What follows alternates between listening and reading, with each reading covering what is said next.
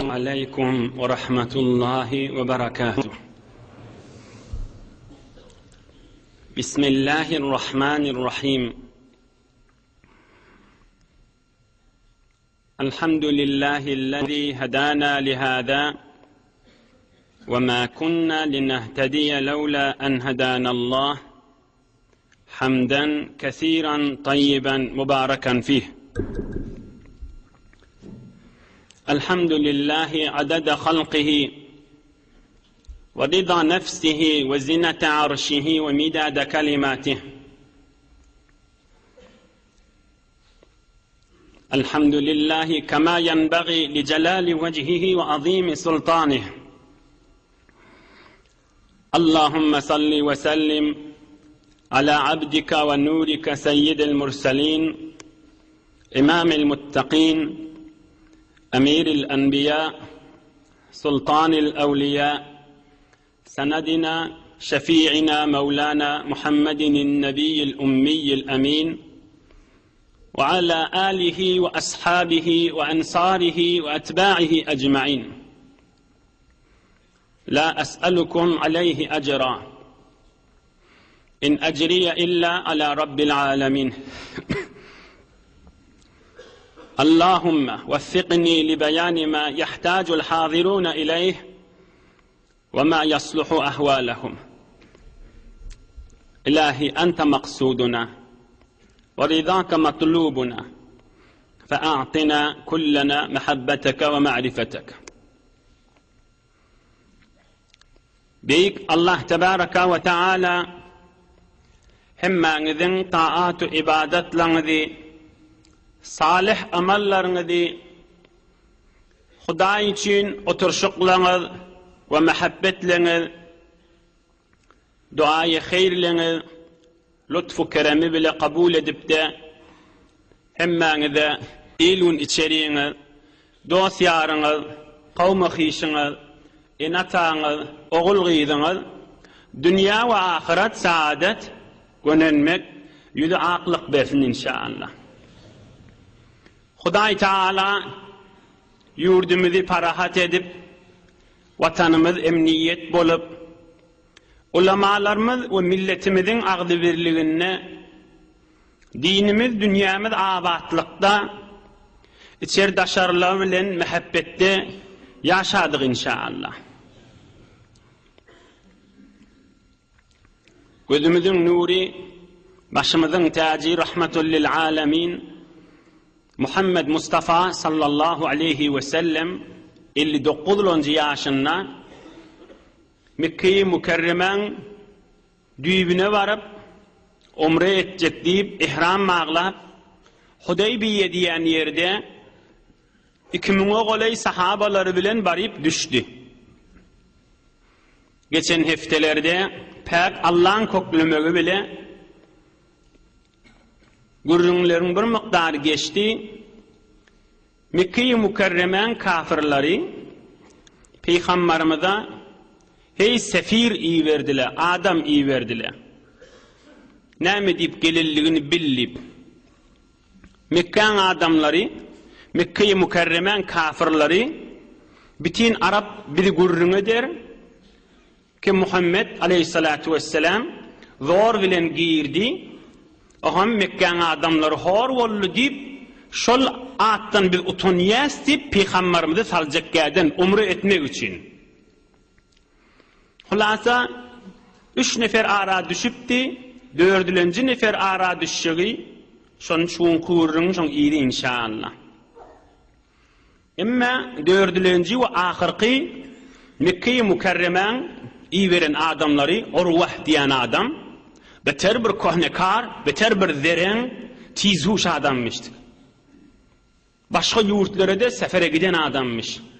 Necaşi ve Kaysar ve Husro Perviz'in dövründeki servarları ve dövrüki imparatorun padişahlarını gören adammış. Ohum ol ahirde aydıptır, bana da bir fırsat ne olup verseniz, men bir barıp kaydeyin ki Muhammed aleyhissalatu vesselam ne için gelenini size haber getireyin deyiptir. Urve diyen kafir, Kureyş'in Mekke-i Mükerremen namayendesi iyi verilen adamsı olup kaydıptır. Ohum Peygamberimizin mübarek huzuruna gelip Hudaybiye'ye gelip gurrun edipdir. Ohum Peygamberimiz önkü gurrunlarını aydıptır. Men fakat umradan çürüyüm geldim. Tavaf edecek. İnhe bir sürü diyeleri getirdik. Damağın çalacak. Malın damağın çalacak. Umramızı bitirip yeni gidecek idimize deyip.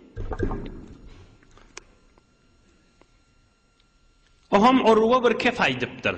Peygamberimize. Bir kafir, bir zerin, Peygamberin sahabaları, on döwrüğünde, Peygamberimizin döwrüğünde heýwir ihlas bilen durallarını görüp, sahabaların havasını yatıracak bolup, bir kef aydıptır. Ey Muhammed, ara'ayta law ista'salta qawmaka hal sami'ta bi ahadin min al-arab? Sen Mekke'ye girip qawqulagasın. Mekke'ye girip urşsan deyipdir. Mekke'nin adamlarını öldürsen deyipdir. Hi Araplarda atababalarını eşittin mi deyipdir. Gelip Mekke'nin adamlarını öldürdüm diyecek bolýan deyipdir. Ve in takunil ukhra la ara ma'aka wujuhan. Yok sen bir wagt basılsan da sen ýanynda bir abrayly adam göremek deyipdir. Sen ýanyndaky adamlar emes, ýygyny gaçykjak adamlar biler deyipdir. Bir için ýakýan bir kepleri Peygamberimiň ýanyna aýdypdyr da. Eger sen Mekke'ni fethetsen, Mekke'nin adamlarını öldürsen, onu Arapla gurrun eder. Hi atababalarda eşitilen zatda Mekke'ye gelip öldürüp gitti deyip, yok sen entek basılsan da ýanyndaky adamlar hemmesi ýygyny gaçykjak adam bulan nur abrayly adam yok ki deyipdir. Hazreti Ebu Bekir Siddik keplapdir. Oskot deyipdir. Näme kan kepleýän sen deyipdir. Bir cemaatin içinde ýygyny gaçykjak adam bolmaz deyipdir. Gatanrak jogabyny aýdypdyr. Ohum Urwa on kulak asmany bir gaýda, bihaya, bir ýüzi paçak bolup, ýüzi suwmsuz adam bolansaň, öwrek süýüşip Peygamberimiziň eli bilen mübarek sakalından tutup, mübarek ýüzünden tutup, bir biderek yalandan süýüjü gurrunlar aýdýan. Ohum Mughayra diýen bir gaýratly sahaba elini kılcalıp aýlap duran, ey porsu deyipdir. Çekelin Resulullah'ın sakalından yani eltme deyipdir. Akhir yadaka an lihyeti Resulillah sallallahu aleyhi ve sellem. Üstün an qıyıp deyipdir. Dehret sıncan arasalalının belli deyipdir. Resulullah'ın mübarek sakalını elin yeni devirsen iğne aşkıl çekellenden deyipdir. İğden rak düş deyipdir. Onna da inlemeyecek bolup ohum zora galıp purruluğundan bir emek kemelip İdini öwürlüpdir ýanky Urwa. Öwürlüp Mekke'nin adamlaryna bir gurrun aýdypdyr. Şulay diýen gurrunum bitin tarih kitaplarda Peygamberimizden 150 ýyl soňra düzülen iň deslap Resulullah'ın ýaşaýyşy düzülen Siriye İbn Hişam diýeli şonna başy gurrun täşe zamanyny düzülen Resulullah'ın ýaşaýyşyna barýança. Hatta Sahihul Bukhari'de de başı vururun. İnni barıp näme vururun aýdypdyr. Ol kulak asın. Urwa öwürlip Mekke'ye giripdir. Ey Kureyş deyipdir. Ey Kureyş deyipdir. Wallahi laqad wafadtu alal muluk. Men Najaşi'ni gördüm. Najaşi'nin ýanyna ýykylşyp batan nöwkerlerini gördüm deyipdir. Men Husru Perviz'i gördüm, ýanynaky nöwçelerini gördüm deyipdir. Men Rum'a, Bizans'a gittim, Herakl, Kaysar Rum'u gördüm deyipdir, ýanynaky nöwçelerini gördüm deyipdir. Emma men bir padşah görmedim deyipdir. Ki Muhammed'in ýanynaky aleyhissalatu vesselam sahabalary, ýoldaşlary onu hormat goýuşyny başga padşahlarda görmedim deyipdir. Başka padşahlary o ýanynaky hyzmatkarlaryny gördüm deyipdir. Emma şolaň hiç gaýsynyň hormat goýuşy Muhammed Peygamber aleyhissalatu vesselam ýanynaky sahabalarynyň hormat goýuşynyň çemetinden maranak deyipdir. Yani 5 lat gördüm şu sahabalarda deyipdir. Wallahi in tanakhama nukhamatan إلا وقعت في كف رجل منهم فدلك بها وجهه وجلده. شل محمد hatta burnun suunu öpberennide yere kaçmaka sahabalan birinin ayasına düşüyor diptir. Şunu tutakana yüzüne dersine çalıyor diptir. Teberriklenip diptir. Ağzının suyu, burnun suyu yere kaçıran aklı diptir. Men Muhammed'in yanına bir adamları gördüm diptir. Vallahi in tenakhama nukhameten illa vaqa'at fi keffi raculin minhum. Yanına bir yarları vardı diptir. Yanına bir yoldaşları vardı diptir. Şol Muhammed'in burnunun suyu, ağzının suyu yere kaçan ak diptir. Tüfeste tükürüğü yere kaçmaka sahabenin birinin ayetine düşüyor. Şunun alakını yüzüne dersine innamına çalıyor diptir. İkilenci öğrendi adam ve izâ emerahum ibtederû emrehu. Bir zat büyürse her kim şunu önce gidecek deniptir.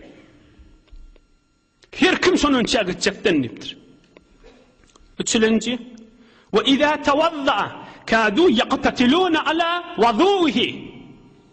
Dehret kılıp tuğqa gördüm diptir. İnnamından su ligine akyança sahabalı üstünü ölüşük bolya diptir. Her kim şu akan su innamına çalacak bolup diptir.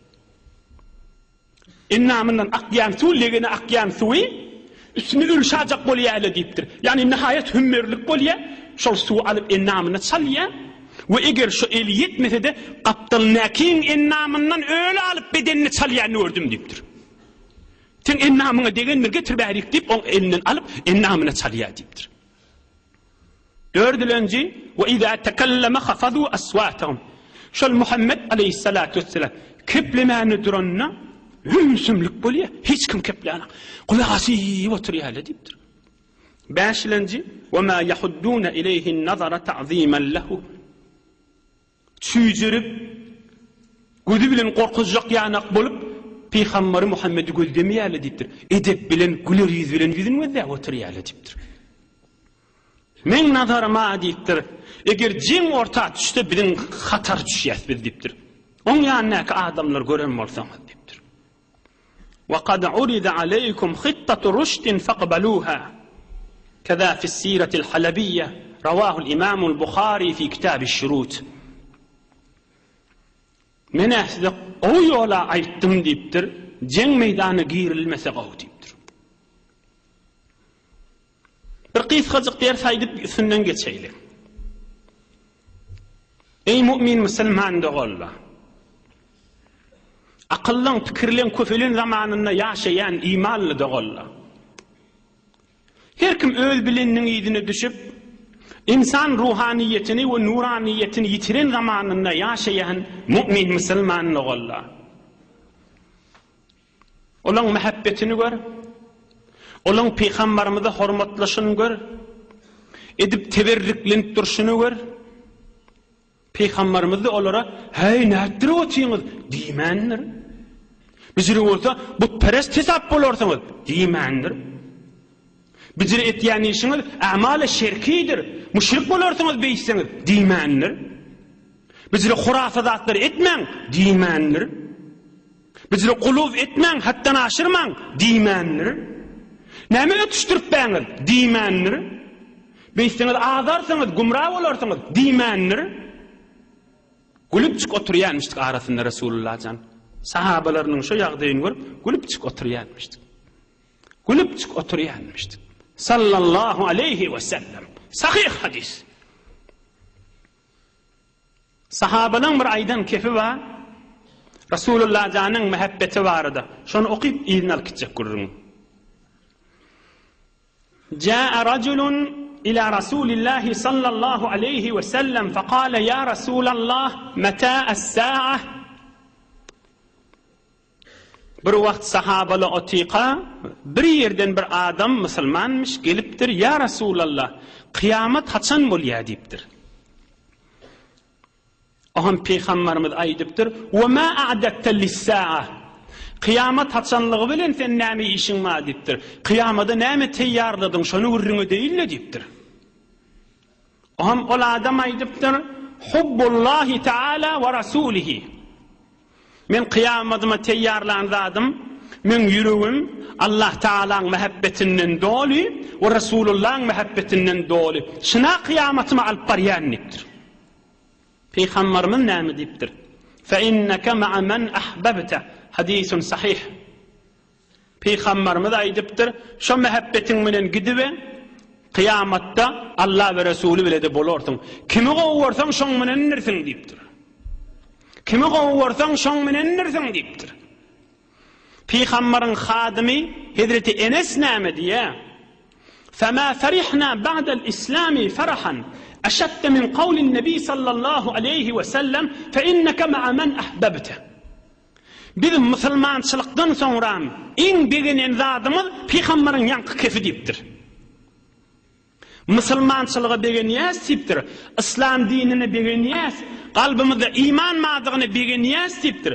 Emma şundan soňra iň biziň begenýän zadymyz ýanky Peygamberin kefi. Näme diýdi? Kimi gowursaň şoň menen nersiň diýdi. Biz Resulullah'ny gowurýas, kıyamatda şonuň menen boljagyny anyk bildik dipdir. Kimi gowursaň şoň menen diýen kefi musulmançylykdan soňra ikinji derece oturan bir hoşluk boldy dipdir. Resulullah'ın muhabbeti kalbimizde nähilli. Hormat goýuşymyz nähilli. Adyny eşitemizde, ýaşaýyşyny eşitemizde, siratyny eşitemizde, gurrunlaryny eşitemizde. Resulullah'ın gowurýan zadyny gowuramyzda. Resulullah'ın aleyhissalatu vesselam ýokuşwurýan zadyny ýokuşwurmegimizde. Wezifamizdir. Her hal orwe bardy Mekkeň adamlaryna ay mena Muhammedin ýanyna geň adamlary gördüm, agzynyň suwun ýere gaçyran akly diýipdir. Burunnyň suwun ýere gaçyran akly diýipdir. Emma onun ýygynden bolan waqia Peygamberimiz Hudaybiýede وَلَمَّا رَأَى شَبَابُ قُرَيْشَ الطَّامِحُونَ إِلَى حَرْبٍ رَغْمَةَ زُعَمَائِهِمْ فِي الصُّلْحِ. Geçen hefte ýadyňyza düşse Mikraz diýen bir adam gelýär, Peygamberimiz näme diýdi? Hey, şula fajir adamdyr diýdi. Şol Mekkede 70-80 näne jowan oglulary üýşürip, şol fajir adam Peygamberimiz aýtmadymy? Hey, şula bir nejis adamdyr diýdi. Şol fajir adam, şol pasyk adam 70-80 nefer jowan oglulary üýşürip giýjäň ýerine belkim bir fursat bolsun Muhammedi we döwrünek sahabalar gafil giýredip bir tufun öldürsek diýip giýjäň ýaryny gaýdypdyr Hudaybiýe agaşy.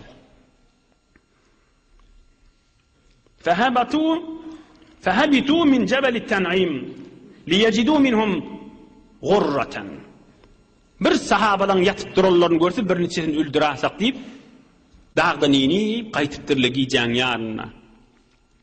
Emma Peygamberimiz mudiriyeti qawi bolan Resulullah jan aleyhissalatu vesselam Muhammed ibn Muslime diýen 30 ýaşyň döwründäki jowan sahabasyny, beter batyr sahabasyny giýjilerde sahabalyň daşyndan aýlanmadyr. Hiç kim gelip sahabada yatyqa öldürämasyn, degamasyn diýip goýupdyr. Muhammed ibn Muslime bilipdir bir gurrunlar ba döwrekde. Oňam özüniň adamlaryny ýygnap Muhammed ibn Muslime diýen sahaba 80 neferin şodurşygyny öldürmän, wurmanjyk hemmesiniň ellerini daňyp çyk Resulullah janyň ýanyna getiripdir. Gafil giýrejip, gymyllasaň öldüreripdir. Bir rivayetde bir gaçypdyr diýen rivayet ba, ve her hal şolary Resulullah janyň mübarek huzuruny getiripdir. ولكن النبي المصطفى صلى الله عليه وسلم أطلقهم وعفى عنهم رغبة في الصلح. Sulh etjek bolup, umretmäge gelilligini sabit etjek bolup, uruşdan çyryp gelmedigini sabit etjek bolup, hemmelerini azat etip goýardyr. Oğran Mekke aşyny gidiberiň diýipdir. Azat etmäňiz diýipdir. Aham Peygamberimiz aleyhissalatu vesselam öz ýanyndan pikirlenipdir. Men öz sahabalarymyň birini inne Mekke-i Mükerreme'ye iýerjek diýip gowlasym. Haraş diýen bir sahaba varmış. Peygamberimiz şonu çağırıpdyr. Ey Haraş, olara adamlaryny iýerdiler. Men adam iýerjek sahabalarymdan seni maslahat bilýän, sen Mekke'ye mükerremek bar, şol kafirlaň başlaryna aýt, bir pakat umradan çürüm geldik.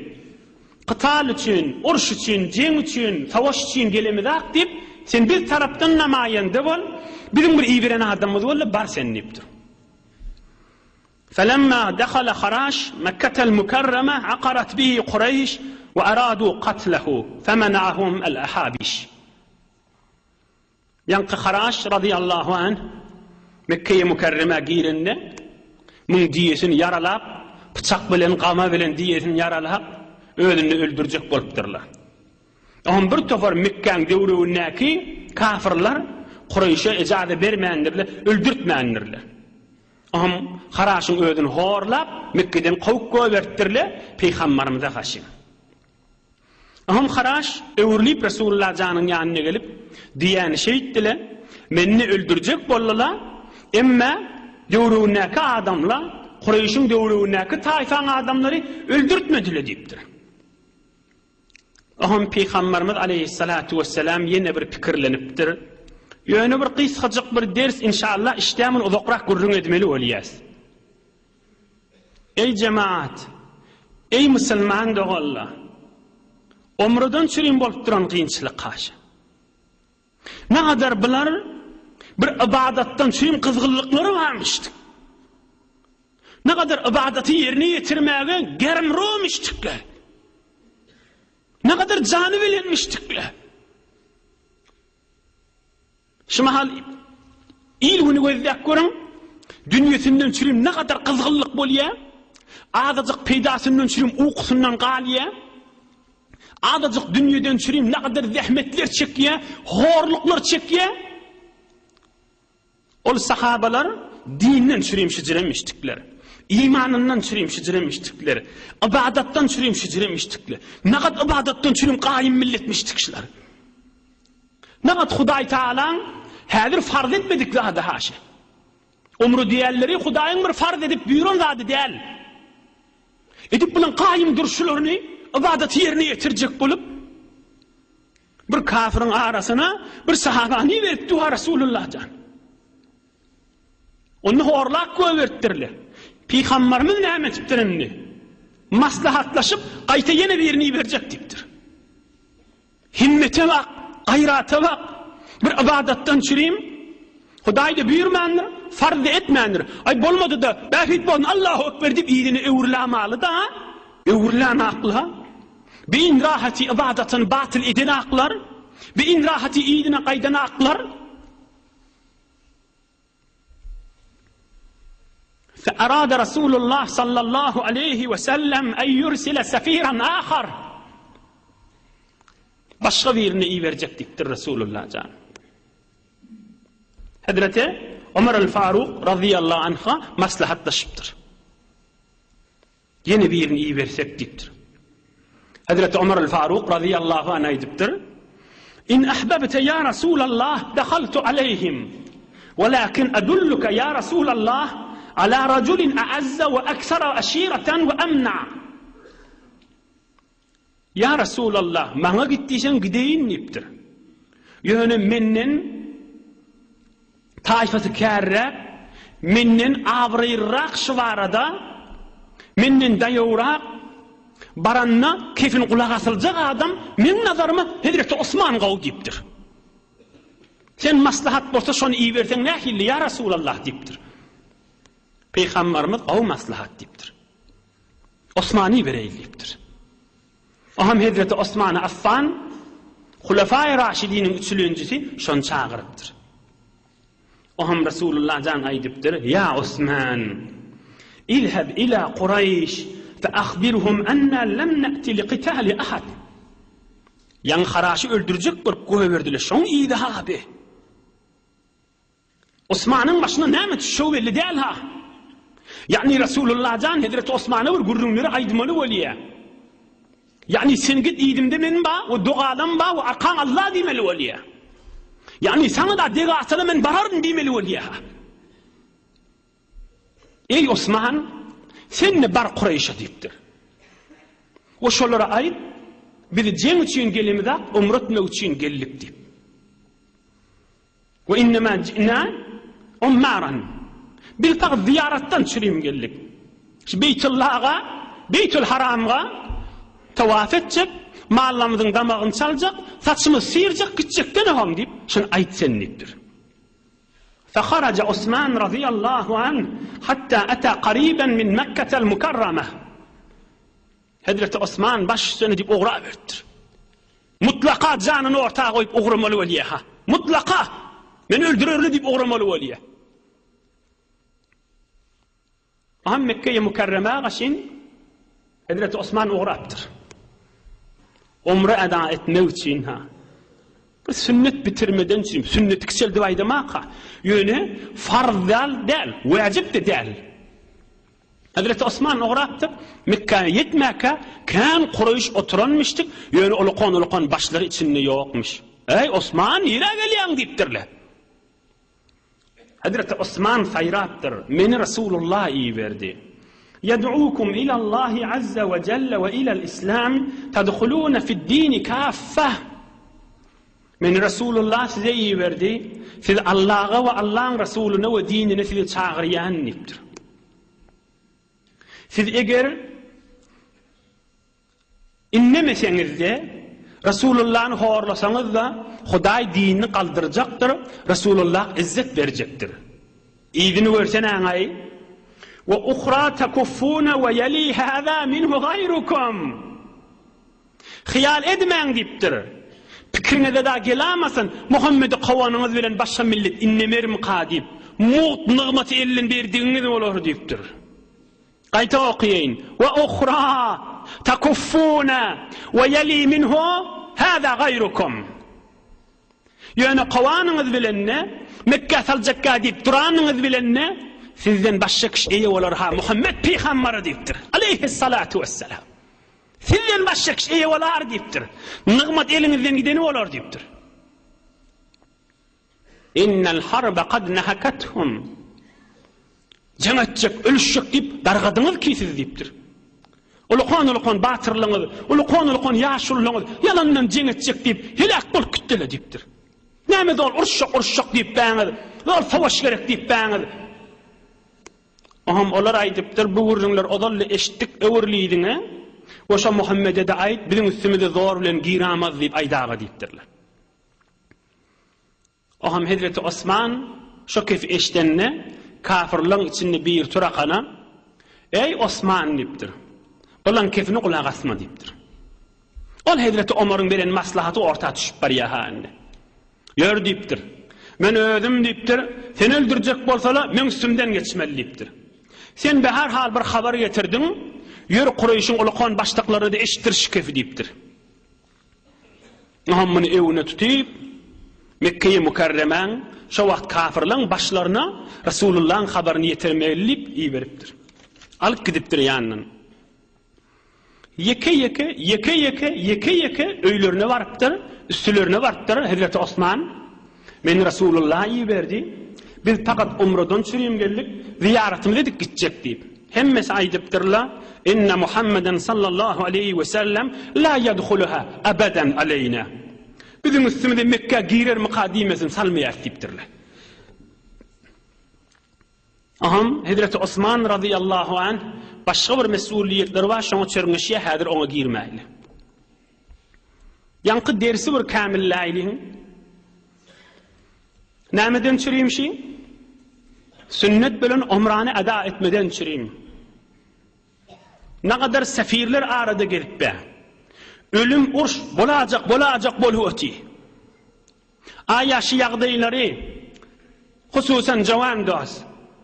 O kulağız, şey işleri 3-4 gün 5-6 gün öyle gözleşip duha Medine'de 2000'e kolay sahaba vaha eğer hele yoğlan uşakları gözleşip duha bilari basımrat idine kayıtmalı ha bile umre edip ne mollukan mobil ve mağaralarına telefon mami nedir haberleşmeli bile aya bikarlıktan şey işler etip behlemi Mekke'nin taşında aylanıp durup vakti geçirecek bolup gezip beğlemi. Vakt koşuydan çürüyüm geçip beğlemi. Gezip beğlemi. Yok, bir ibadeti yerine getirecek bolup. bir sünneti yerine getirecek bol. Yani bilip dirli şoň içinde Allah Ta'ala'n rizaýaty bar. Yani şu sogabın içinde insanın nuraniyeti var. Yani şu sogabın içinde insanın dünya ve ahir saadeti var. İnsanın şerafeti ve kerameti var. İnsanın hurmeti var. İbadet bilen insanın insaniyetliği yüze çıkıyor. İbadet bilen insan hayvanın sayılınıyor ve farkı buluyor. Şunu yerine getirecek buluvatıyla. Özümüz fikretip görelim. Par namazımızdan çürüyüm näme ýagdaýymyz bar? Qazan nähilli? 5 wagt namaz Allah Ta'ala'n farz eden zady. Bizim boynumuzda borç eden zady. Anan ýan bolsaňyz okuýun diýen zady. Qazan bar bolsa güýmenme wagtynda başla, şuň başla. Bular görüň, be azizleri sünneti bitirjek bolup näme qynçylyga düşýär. Qazan bir zähmeti ýok ki. Hudaýyň buyuran zady ki başlap dursaň bir heftäçilik galyýa. Ýene başlap dursaň ýene galypdyr. Ýene başla. Ay ýene galyýa diýip goýma. Ýene başla. Ýene garsa ýene başla. Ýene garsa ýene başla. Ýene garsa ýene başla. Tä dünýeden geçýänçä. Ay men başlanym menen galyýa diýip şeytany meňdeşe allanma. Ibadatyny ýerine ýetirdi. Dünýäni kızgın tutmagan, işin gör, bikar yatmagan, mahdumulu unutmagan, gideceksen. Dünya güýmenip, filme güýmenip, mahvara güýmenip, ay bullum haste, ay bullum yaltantun, ay şoňa okyp bolana, arada gelse başlaryn, tätilat gelse başlaryn, ömrü bir geçip gide gamaýdyň. Bir günden maşla, güne bir günün kadasyny al, güne 2 günün kadasyny al, goşluk al, ölüden soňra al, ýasydan soňra al, ýatjak bolanda al. Be her hal gally ýene başla. Ondan soňra wajibler, ondan soňra Rasulullah'ın sünnetleri, ondan soňra sogaplar. Qur'an-ı Kerim hatmetdiňmi? Ýok, kelasi gelýän galyýa. Galy ýene gel. Ýene garsa ýene gel. Ta hatmet. Hatmetdinmi? Güne yarım para oky, güne bir para oky, güne bir sefe oky. Qur'an-ı Kerim'in taşyndan aýlandyr. Qur'an-ı Kerim bernamaňdan aýyrma. Bir bendeleri gördi. Bir umrany bitirjek diýip, ölüm bolajak. Ölüş bolajak. Ýakalaşajak bolup galyp Nädirip ölümün üstüne Resulullah jan, o görýän sahabaty Hazrat Osmany berdi. Barsen şolara habar ýetir diýip, umrany bitirjek bolup, sünneti bitirjek bolup, Hudaý farz eden zady da dälşi. Ne kadar ibadatyň ähemmiyeti bar, ne kadar ibadatyň muhimligi bar. Haram zatymyz bolsa keşeýliň. Hudaýyň ijazat bermedik zadyna mubtala bolamasa keşeýliň. Bu onu jobran edeýliň, şoň beraberne meňdeş bir gowy iş etmek bilen. Her bir güne odal hamana dine zererli iş etipdir da bir adam şon jobran etjek bolsa indi dine bir peýdaly bir iş etmeli. Odal halky namazdan alqalypdyr, şon ýujak bolsa indi halky namaza teşwik etmeli. Odal halky dinden, klaslardan, şijiri oturşyklardan alqalanmalsa, şon tawbata indi halky teşwik etmeli. Hazreti Vahşiň görüň, kimi öldürdi? Hamzany öldürdü. Men şu günahymı ýuwulmadan çüreyim, bir nejis adamdy öldürerin menni, Musayleme diýen bir nejis adamdy öldürtdir da. Musaylemetül Kazzab, men peýgamber diýen adammışdyk. Vahşi şonu öldürşipdir da. Şu Hamzany öldüreniň günahy ýuwulsyn diýip, şoň beraberine meňde sogap işte ederin diýipdir. Cubranyň pikirine bol.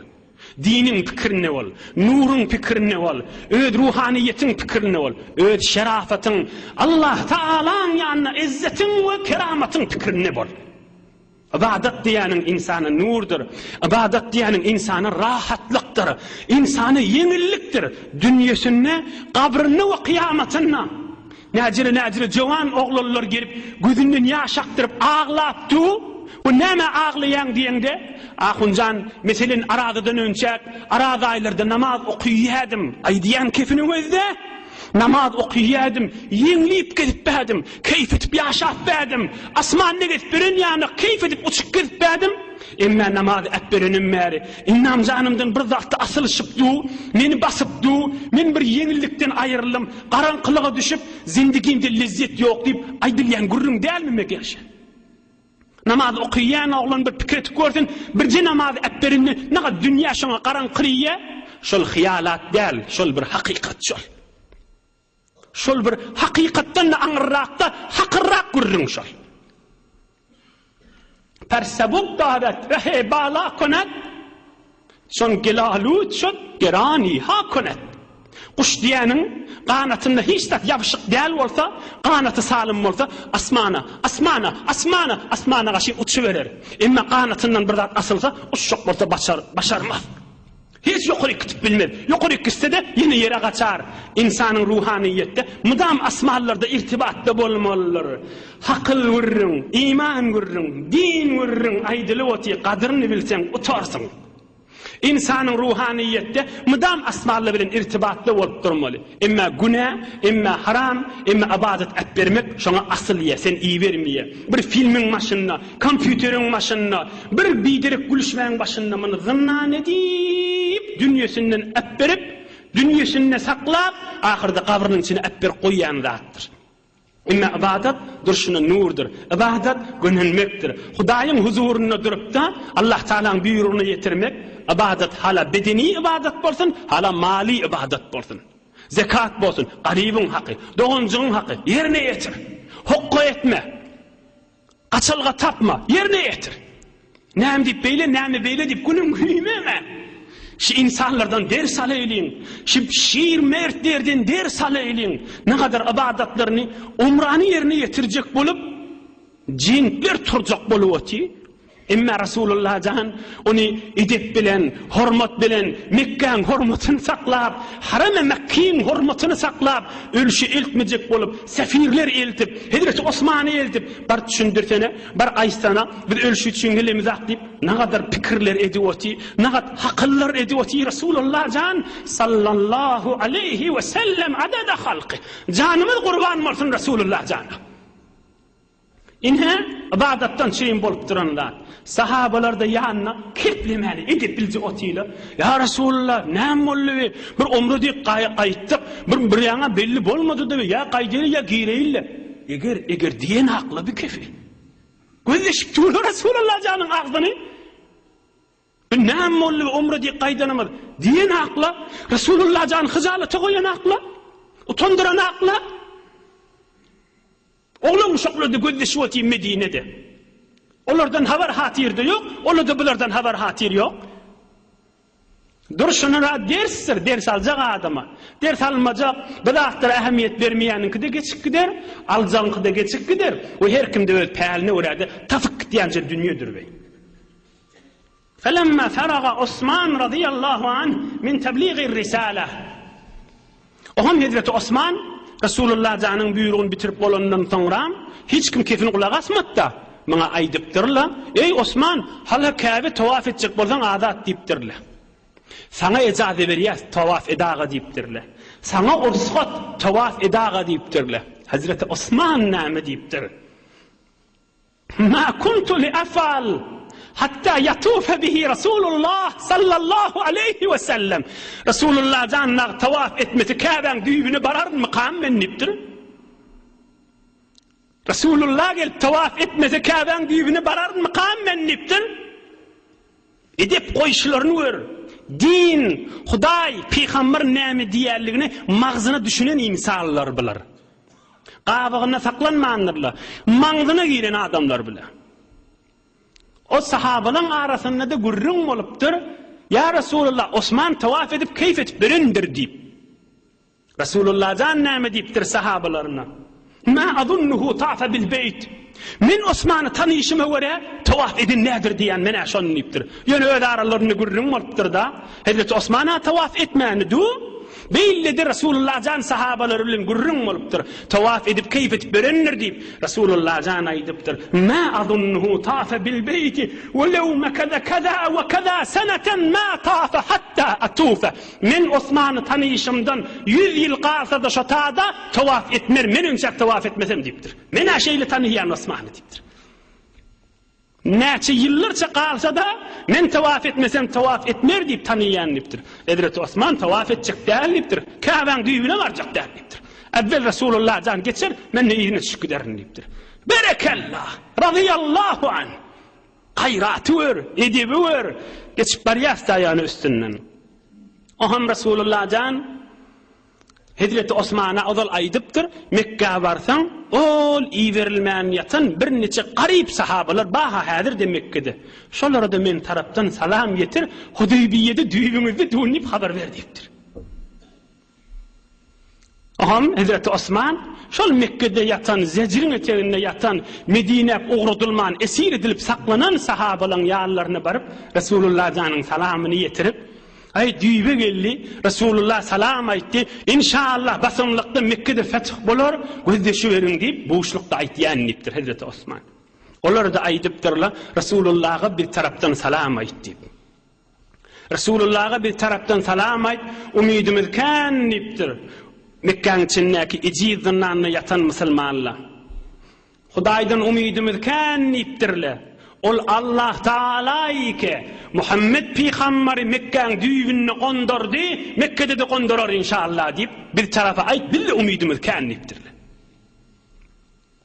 Aham şu ýylyň içinde 3 gün 4 gün şu taada Mekke-i Mükerreme'de gally. 3 gün merde Resulullah'dan gözdeşiwati Osman'dan haber gelmeli. 3 gün kan hatdır ha. Oham Peygamberimize haber gelipdir, Osman'ı öldürdüler deyip. Resulullah'dan bu urrunu ananttır. Öldürülen akta yoksa, haberleri gelipdir, Osman'ı öldürdüler. Näme 3 gün molly kan hatta. Resulullah'dan katı narahat bolupdir. Katı kahari gelipdir. Yuqori qalaqana aleyye bin nas dipdir. Ey sahabalar, üýüşüň hemmäňiz dipdir. Oham jarçysyna aýdypdyr, qyýgyry hemmesini üýüşür dipdir. Hemme sahabalar üýüşüpdir. Oham Resulullah sallallahu aleyhi ve sellem aýdypdyr, habar geldi Osman öldürildi diýip beyet etmelipdir. Yeke men sağ elimden tutup elimden tutarsyňyz diýipdir. İmmel feth ve immel qatl. Hemmemiz şol Mekke'ye girmelipdir. Ya Mekke feth bolar ya hemmemiz öldürülür dipdir. Hemmemiz bana boyun verin dipdir. Bir nefer iyidine kaçmalladan dipdir. İmmel feth ve immel şehade. Yeke önüne oturdum. Beyet verdir Resulullah'can. Kol verip kol alttır şeyle. Ki biz ya ölmeli ya Mekke'ni fethetmeli. Ya öldürülmeli ya Mekke'ni fethetmeli. Ya şehit bulmalı ya Mekke'ni açmalı deyip. Aham yeke beyet verdir. Aham ahirinde hemmesi tamam olandan sonra Hazreti Osman yok da sağılını kaldırıptır. Osman'a yok deyiptir. Yani men sağılım şon tarafından namayende deyiptir. Yine bir de men elim Osman'ın tarafından ödüm beyet etyen deyiptir. Cay hali bolmasın deyiptir. Yerini doldurdum deyiptir. Hali hiyan Osman, bunun Osman'ın tarafından beyet beryen deyiptir. Ödüme kolumdan tutyan, Hazreti Osman'ın tarafından olsun deyiptir. Koç yiğidin adı çıkmaz, devletin malı bolmasa, endişeli iş bitirmez, meydanlı değerli olmasa, berekallah mahtun ulişan. Yani oturan yerinde falan etmeli bilin, iş bitmez, meydanlı değerli olmalı. Merde amal olmalı, ortağa girmeli. İmanına kaim olmalı, edebine kaim olmalı. Amele salihine kaim olmalı. Mehabbetine kaim olmalı. Endişeli iş bitirmez meydanına değerli olmasa. Konmak täze yurda yaxşı, halı düşük törde yaxşı, ol yigitle görde yaxşı, başı kavgalı olmasa diye maktun ulişan. Acayip aytıptır ha. Ol yigitle görde yaxşı, başı kavgalı olmasa, din, diyanat, ilgun, bıraktır bilmeyen adam, bıraktır bilmeyen yigit ölünü kavkay deyiptir. Konmak täze yurda yaxşı, halı düşük törde yaxşı, düpte yaxşı deydi. Ol yigitle görde yaxşı, başı kavgalı olmasa. Resulullah'dan sahabalar bilen beyet alıptır. Oham ayet iniptir Kur'an-ı Kerim. Ayeti alıp okuyorun, tercümesini aydarın birime giyeceğe alıp var ya. Emme bir münafık bulan içinde beyet etmeyenler, inşallah onu inniki hefte görürüne der. Tadir yana ayet iniptir. Göreyle ayet manasını. A'udhu billahi mineşşeytanirracim. إن الذين يبايعونك إنما يبايعون الله يد الله فوق أيديهم فمن نكث فإنما ينكث على نفسه ومن أوفى بما عاهد عليه الله فسيؤتيه أجرا عظيما. سورة فتح 26 para 10 ayet. Huday näme diýipdir? Allah Taala ayet diýipdir. Sahabalar kul Resulullah'ın elinden tuttular. Näme diýdiler? Biz ya ölür ya Mekke'ni açar diýip. Yeke geçirtdirdi. Huday näme diýär? İnnellezîne yubâyi'ûneke. Ey Muhammed Peygamber, sen elinden tutmadılamy, bey'et berdiler. İnnemâ yubâyi'ûnallah. Sena men tarapdan namaýanda bolup duň, eynihi Huday bilen bey'et eden adamşylar diýipdir. İnnellezîne yubâyi'ûneke. Sana kol verip elinden tutup wa'de berdiler. İnnemâ yubâyi'ûnallah. Huday bilen wa'deleşdirýär adamlar diýipdir. İdinden ayet diýipdir. لقد رضي الله عن المؤمنين إذ يبايعونك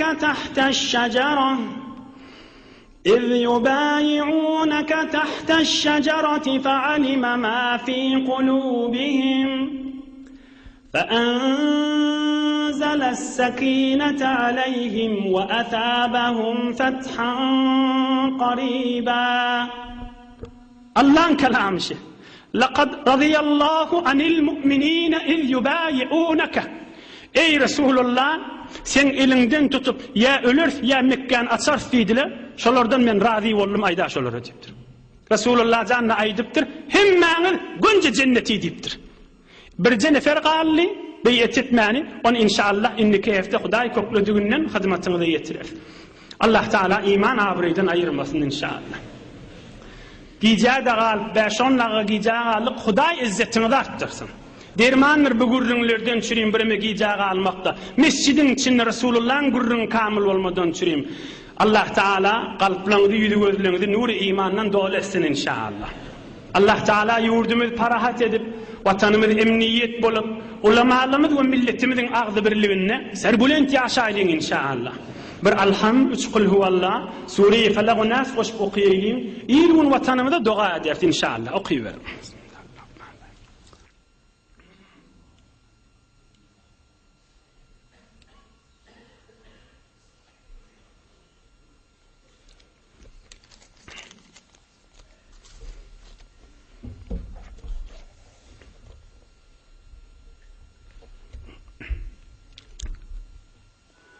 سبحان ربك رب العزة عما يصفون وسلام على المرسلين والحمد لله. Piraga ilahi amin. Kabuldur inşallah. Bir neçe hatmi Kur'an-ı Kerimler, hatmi tehliller de var. İlahi amin. Resulullah can, Hulefai Raşidin, Hasan can, Hüseyin can, evladı Resulullah can, Ebu Hanife, tamam evliya ulamalan, o torolun umidvarlarının ruhunu bahşetmelidirler. Amin ya ilahel alamin.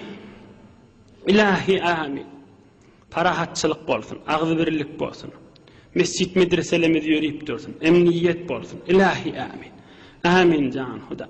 Kabullur inşallah. Hudaý Taala'dan katı umidimiz kehanri. Eller boş haytanmar inşallah. Rahmetli yağılları da dua ediyor. Amin ya mucib. Amin ya Allah. Birahmetka ya merrah. Maşallah. Barakallah. Rabbika rabbil izzati amma yasifun. Selamun alel murselin.